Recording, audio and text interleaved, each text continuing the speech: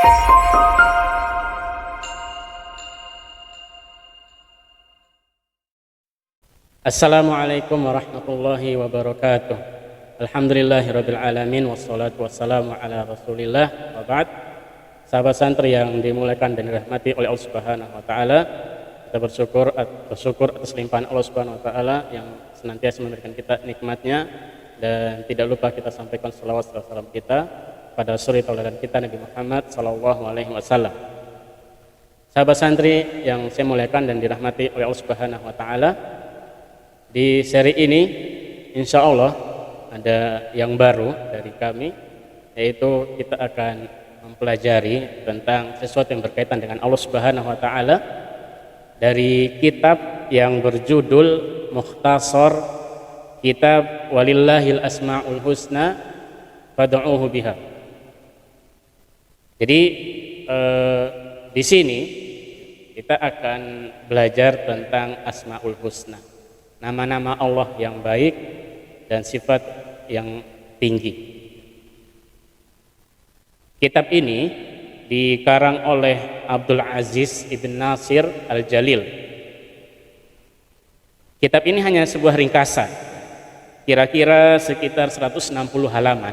Ini adalah sebuah ringkasan dari kitab aslinya dengan judul yang sama, Walillahil Asmaul Husna Fad'uuhu biha, dengan total halaman sekitar 851 halaman, dengan penulis yang sama, yaitu Syekh Abdul Aziz Ibn Nasir Al-Jalil. Jadi diringkas dari 851 halaman menjadi 160 halaman saja. Apa yang akan kita pelajari dari kitab ini, ya, tentunya bagaimana kita mentauhidkan Allah Subhanahu wa taala, karena ulama telah membagi tauhid menjadi 3 bagian, 3 macam. Yang pertama tauhid rububiyah, kemudian yang kedua tauhid uluhiyah, yang ketiga adalah tauhid asma wa sifat. Kalau tauhid rububiyah itu mengesahkan Allah Subhanahu wa taala dalam perilaku Allah Subhanahu wa taala, menciptakan, mengatur, memberi rizki dan lain-lainnya. Kalau tauhid uluhiyah adalah mengesahkan Allah Subhanahu wa taala dengan perbuatan seorang hamba, yaitu dengan beribadah. Dan yang ketiga adalah tauhid asma wa sifat, yaitu mengesahkan Allah bahwa Allah memiliki sekian nama yang baik, yang terhindar dari cacat ataupun kekurangan. Sahabat santri yang saya muliakan dan dirahmati oleh Allah Subhanahu wa taala, dalam pendahuluan kitab ini disebutkan bahwa balil ilmu bihi, ilmu tentang mempelajari asma wa sifat ini adalah min furudil ain, termasuk fardu ain, yaitu wajib bagi kita, setiap muslim, setiap jiwa muslim untuk mempelajarinya. Allati la yasihhu tauhidul muslim wa la tasihhu ibadatuhu illa biha, yang mana nggak bisa seorang muslim mengesahkan Allah Subhanahu wa taala tanpa mengetahui nama-namanya. Mungkin kita bisa mentauhidkan Allah di rububiyahnya, penciptaan Allah, kita yakin bahwa Allah lah yang menciptakan semuanya, tidak yang dapat menciptakan kecuali Allah. Kita bisa mentauhidkan Allah dalam memberi rizki, bahwa hanya Allah yang dapat memberi rizki. Mungkin kita juga bisa sukses di tauhid rububiyah, uluhiyahnya Allah, bahwa kita hanya beribadah kepada Allah. Nah, yang ketiga, tauhid asma wa sifat ini tidak mungkin kita dapat melakukannya kecuali dengan mengetahui nama-nama Allah Subhanahu wa taala.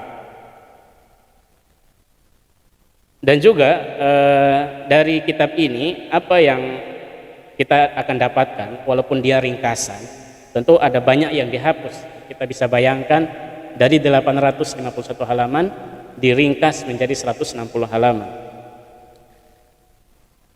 Di kitab ini akan mengandung beberapa perkara. Yang pertama, ikhtisar adilah kulli ism min asma'illah al-husna, bahwa nanti akan ada setiap dalil untuk setiap nama Allah Subhanahu wa taala.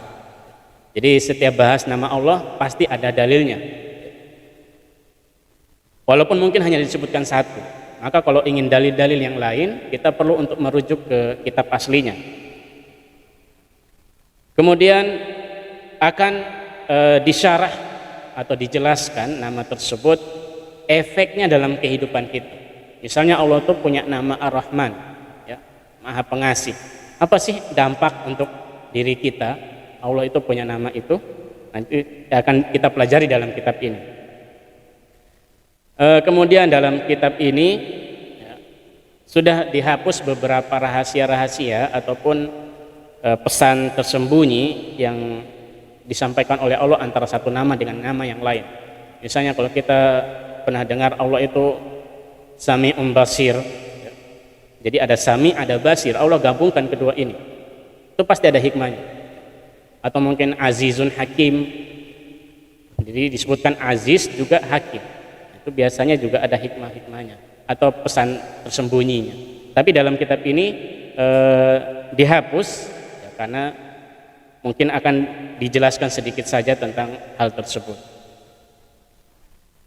Kemudian di kitab ini akan disebutkan bahwa betapa penting atau apa sih pentingnya kita mempelajari Asmaul Husna.